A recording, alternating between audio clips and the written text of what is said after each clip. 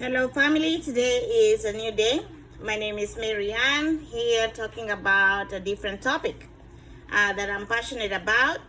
And this message is not for everyone. So if this is not your cup of tea, you can skip through.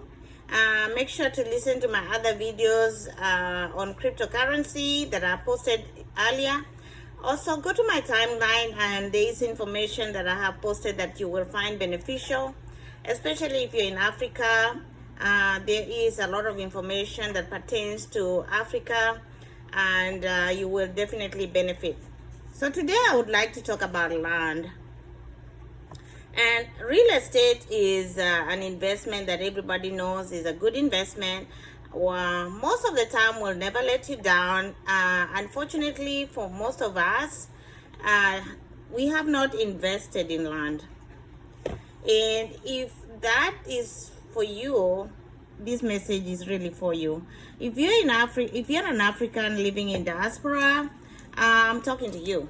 And I know there are some people who don't think they will ever go back to Africa. They live in America and their livelihood is all here. But my question is, what if your children decide they want to go back to the motherland? If you did not invest in buying land and building a home, where will they go? Remember, if you have been here too many years, these children may not even be familiar with their families and relatives back home, and they have not bonded. So when they go back to Africa, they may not even know the language, they may not know the people, they may not even know the culture. So apart from making sure that your family is bonding with their own relatives, I would really encourage you to buy land.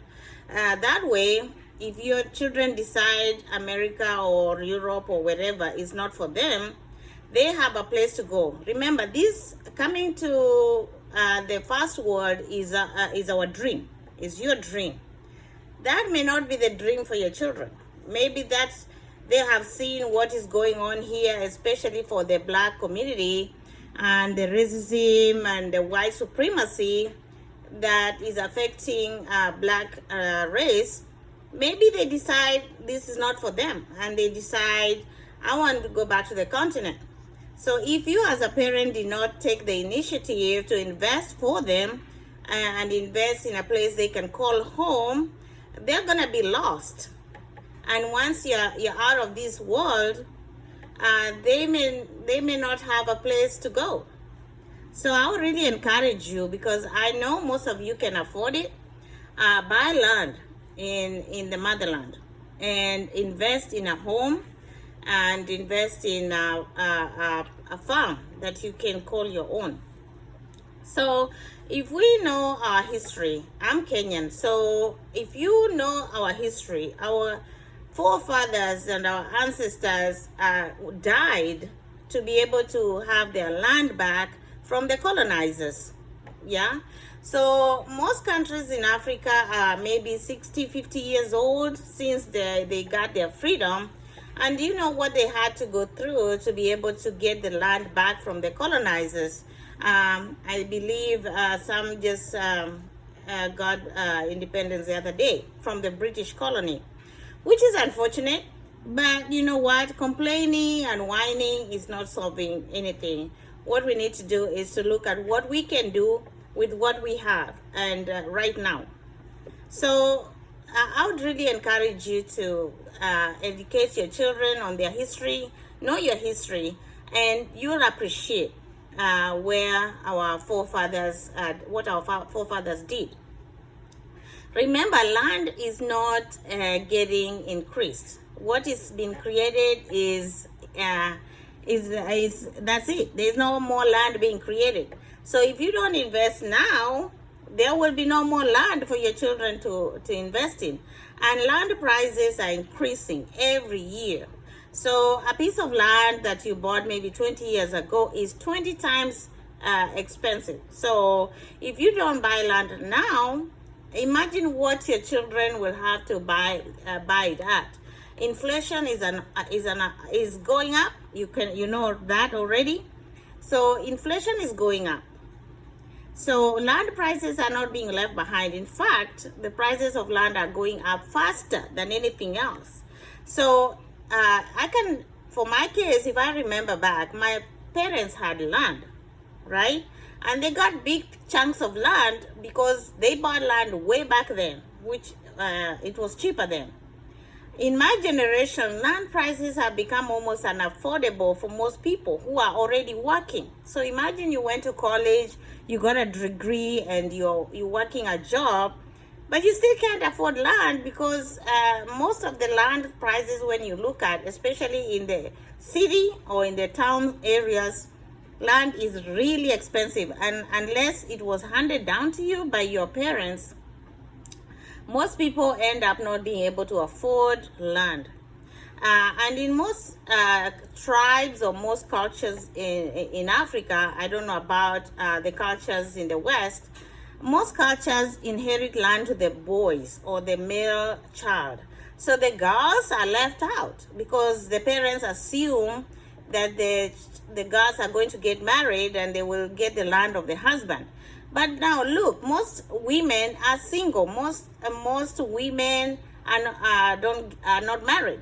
So what happens when your daughter doesn't get married, or if she gets divorced, or maybe the husband dies? In some areas you find that after the husband dies, the brothers of the husband take the land from the woman. So your children and your wife end up being stranded without land. So you have to be very smart when you're investing. Think about your future. Think about your children. Think about what about when you're not here, okay? So unfortunately, those cultures, I believe, they need to be dismantled because it's not fair for the women or the girl children to be able to have to buy their own land while the boys get inheritance. So I totally don't like that kind of, culture. I think it's not fair. And I believe the laws of the land have changed in most countries, especially mine. I know the laws of the land are now favoring all children. So if you're inheriting land, make sure you write a will or you write the children's names in their land so they don't get snatched when you are out of here. So make sure that you're thinking about other people, just not you, If you have a family and your children, your life should revolve around your children. Always think about what happens when I'm not here. So for those who are single, like me, there are no excuses, Don't say, okay, I'm single, I can't afford this, or I don't have a husband. No, the excuses don't pay bills. Okay, excuses don't buy land. So do what you can with what you have, and just say it is what it is, and hunker down and do what you need to do for your children. So make sure you are thinking about that. So always imagine what happens if bleep bleep bleep hits the fan. Okay, what if it hits the fan? What happens? You know what we had to go through in 2020, especially in the Americas, and what we are going through right now in the first worlds. There are so many mandates, so many unrest, and we don't know what is coming. Really, we don't. So what happens if things don't work out in your favor and you decide, I'm going back home? So if you don't invest now, what happens to you? Are you going to go back to your parents' houses or your siblings' houses? And that is what breeds contempt. People don't respect you when you have nothing that you have invested back home, and you become a laughing stock because maybe you spend all your years in the diaspora, or you spend most of your savings helping your siblings or helping your relatives. But when you are in need, most of them will not remember that. They will forget about you, and you will become a laughing stock. And I know most of you have gone through that. You become a laughing stock. So you need to make sure that you have a place you can call home and a place you can hang your coat, That way people can respect you. So don't spend all your earnings helping other people. Help yourself first and your children. They are your priority, you know. Don't become the savior of everybody. And I know most of us have fallen victim because we want to help. But remember, you have to help yourself first before you help everybody. Your children need that land. You need to grow your own food. So if you know what is going on right now, we've heard about vaccine related food, or they are going to be putting vaccine inside foods, or there's GMOs, there's food manipulation. We've had talks about lab meat. We've had talks about things that are not very conducive for humanity. So it reaches a point where you need to grow your own food that you can control. You know what you're putting in there. If you're strictly organic, you can grow your own organic food and live a healthy life. So you can do that if you don't have land.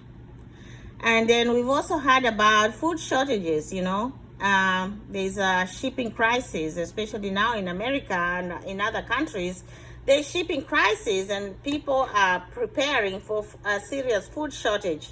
If you want more information on that, go to YouTube and look for prepping. There are so many prepping channels, the Canadian Prepper, City Prepper, Urban Prepper. There's so many channels that you can go to and find out what is happening in the prepping world.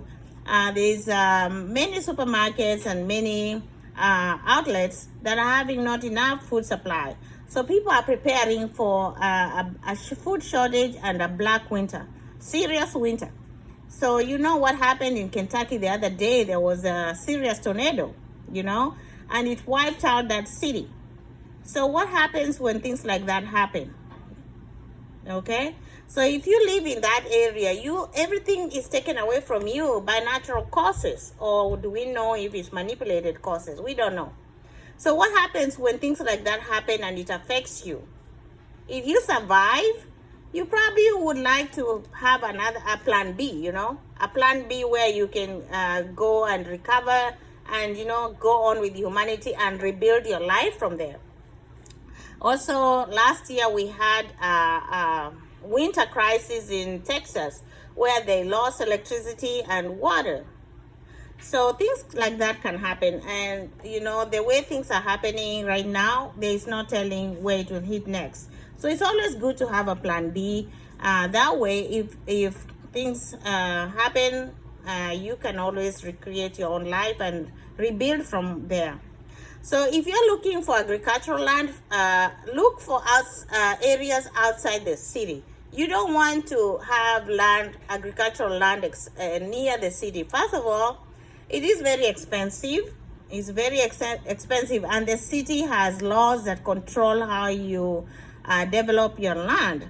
So if you want big chunks of land, look outside the city, preferably in the small cities or rural areas. That way you can afford to buy bigger land pieces that are cheaper, also with less pollution. If you're in the city, there is all that pollution, which we are trying to get away from. Also look for land that is fertile. You want to look for land that is going to give you food, that is not being polluted from excessive agriculture. So when you're looking for land, look for a place that is fertile, a place that is secure. You don't want to buy land where you're not safe also. So look at areas like that. If possible, find land that is close to a river or have a river access. If a river crosses your land or is at the end of your land, you can be able to use it for irrigation, okay? And in places like, I think the US, they do have laws about using water or collecting rainwater. Can you imagine? So when you're looking for land, look for areas with such freedoms that you are able to collect rainwater. You can be able to create a fish pond or a dam, water collection area, or you can be able to use a generator to pump water from the river to your land to be able to grow crops. Or you can also be able to sink a borehole. So look for areas that have such freedoms that you're able to do that.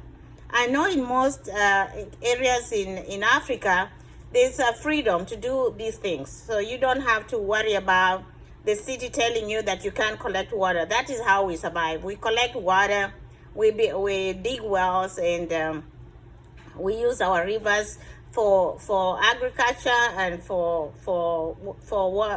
watering purposes. Also, find places that you are free to do solar power. Have solar panels. That way you can generate your own electricity using the sun. And I do know that there are areas in the Americas where they have those rules that you can do that kind of stuff. But I'm sure in Africa you have those freedoms. In Africa, we do have a lot of, access to using, you can go off grid almost everywhere. So that is how we've been able to survive off the grid. So you're able to sink a pit latrine and be able to do composting, which you can later, utilize it for manure and stuff like that. So things like that are things that are favorable, especially when you go to Africa. So people in the diaspora, I would really encourage you to look out and let's go back to where our forefathers started. They lived off the grid, they lived off the land, and they were able to grow their own crops and be able to feed their families and use those crops for barter trade. So you can sell extra crop and you can also save your dried products.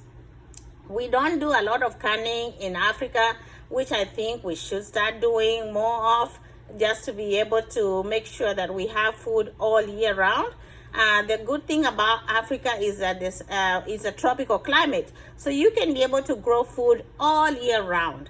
And if you're not growing a certain kind of food, your neighbor is, or somebody else in a different city is, so you're able to have access to food in the market all year round. So we haven't had that kind of shortage where you're actually lacking a certain kind of food, which is a thing that we take for granted. But we shouldn't take that for granted too much, because we know that ozone, global warming is here and rains are becoming scarce. So we should be able to store food, dried products and canned food, and be able to have food all year round. So when looking for land, also look for a piece of land that has a road access. You want to be able to access your land.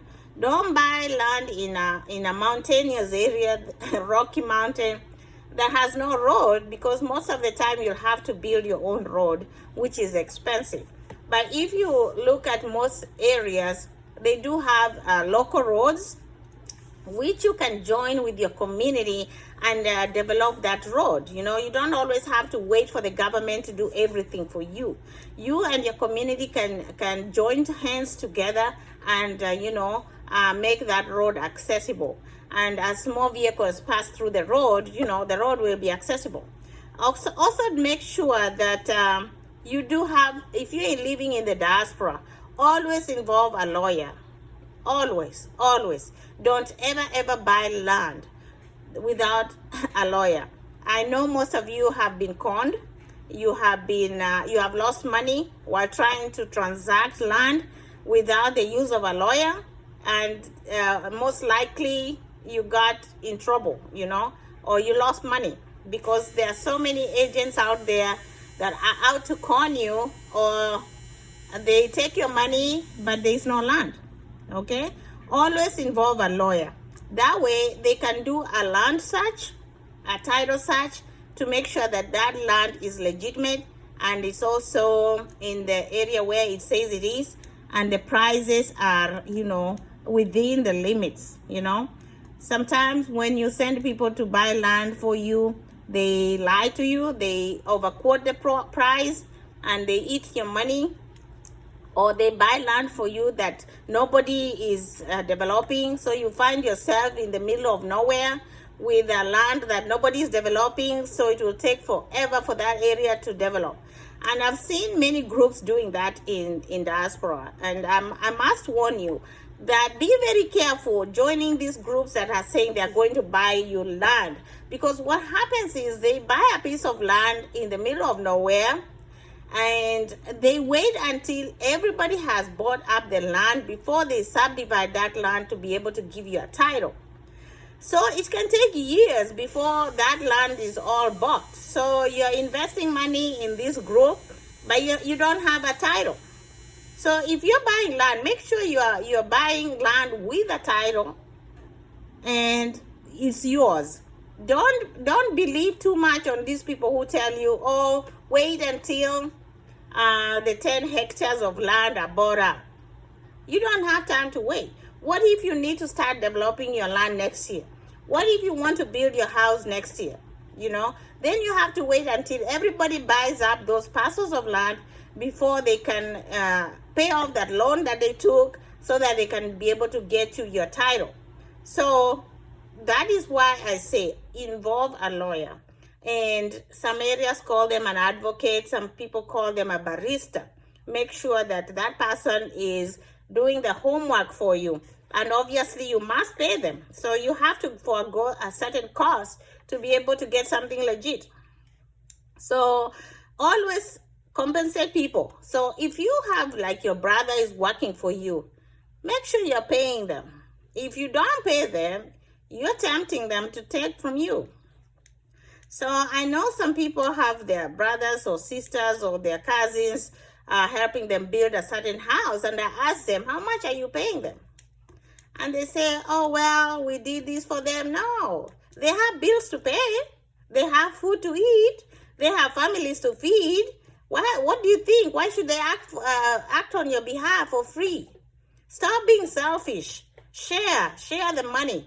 So if you don't want people to steal from you, pay them. They're human beings like you. So that way you can develop a respectful relationship, because nobody wants to do anything unless they have something to gain from it. So make sure you're paying people for the work they're doing for you. Nothing is for free. So make sure you're doing your homework with the lawyer. Make sure the search is legitimate. Pay your lawyers to do the work for you. Now, let's say you're developing land for rental houses, for example. Make sure you identify the location. Do a market survey. I know people who bought land for rental houses, and they found, I don't know whether they did a land survey or a market search, but they found their houses in areas where nobody wants to live. Maybe because the place is too far from the city, or is in an unsafe location, or whatever. So those houses end up staying vacant and nobody is living in them. So that is not good. So first of all, do your market survey, do a need survey. Make sure it is in a location where people want to stay. Make sure it's in a location where there is service vehicles, because not everybody drives in Africa, for example. Not everybody drives, but they do have service vehicles that reach those areas, and that is something that you need to consider. Make sure the roads are good, because if the roads are not good, people are not going to want to live there, because nobody wants to spend 2 hours trying to get home, okay? Make sure it is closer to the city of service. Okay, don't buy rental housing land in a rural area where there is no need. People in the rural areas are there to live, not to work. So make sure that you are doing all that assignment. Also, when you build the houses, make sure they are the sizes that are appropriate. Don't build 3, 4, 5 bedroom houses in a small city that has people who are working and needing houses for just 1 bedroom or babysitters. So do your market survey appropriately. That way you're not losing money, or you're not having to sell your houses for a cheap price. So you remember, you pay for what you get. So if you want premium houses, then you have to look for premium land, and it's not cheap. So involve an agent. If you have rental houses, obviously you can't be able to collect rent, and don't trust a relative to collect rent for you. Hello. Make sure you have a neutral, a trusted third parties. They are very good agents, I know, that take care of people's houses, and you can be able to collect rent every month without having to hassle with relatives. So when it comes to commercial or business, sometimes you don't want to involve too many relatives because it may hurt your relationship with your relatives. So I hope this video has been helpful to you. If you're in the diaspora, I know you can afford land. I know that. Land is not so expensive, especially if you're looking to buy land in the rural areas.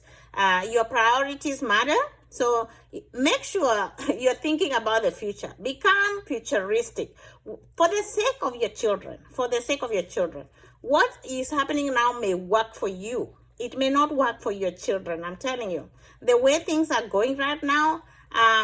Think ahead. Think 10 years. Think 5, 10, 15, 20 years from now. It may not be favorable to your children. So I know you can afford land. You just have to give up some things and put your priorities in a different place.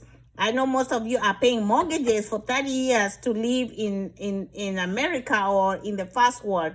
And like I said, this is not for everybody. There are some people who will definitely never go back to the motherland, and I'm not talking to you. I'm talking to the people that are thinking ahead and haven't had a plan in place to go back to Africa, but they want to go back and they would like to go back.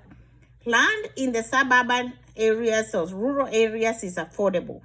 It may look like a lot of money at first, but if you think ahead and plan ahead, it is way cheaper than buying mortgage houses in the first world. Way cheaper. And land is the biggest item that you may have to buy in the initial phase of your investment. After that, building a house in Africa is not that expensive because you will build it progressively, and you can decide to build it in phases. For example, you can say the first 3 months I'm going very hard and I'm going to work hard to make sure the foundation and these structures are in place. Then you can take a break and then you hit it hard again. 3 months, you say I'm going to raise maybe first floor or whatever, and I'm going to put this in place. If you think like that and plan ahead and make sure that your goals are in the right area, you're going to do it. The land is the most expensive part of the initial investment. The rest is easy. Growing crops is not expensive. You may want to grow food crops. Grow crops that you can be able to store long term. For example, grains. You can store grains long term. Okay. And make sure you're building your home. Don't go back and live with your parents or siblings. Everybody needs their place for their own, privacy. Also, I know there are people who go back home and live in the hotel. Really? Build a home you can call home. Your children will want to have a relationship with the motherland or their relatives. Create an environment that they can go back to and be respected, so that way they can be able to move on with their lives when you're gone. So I hope this is helpful for you.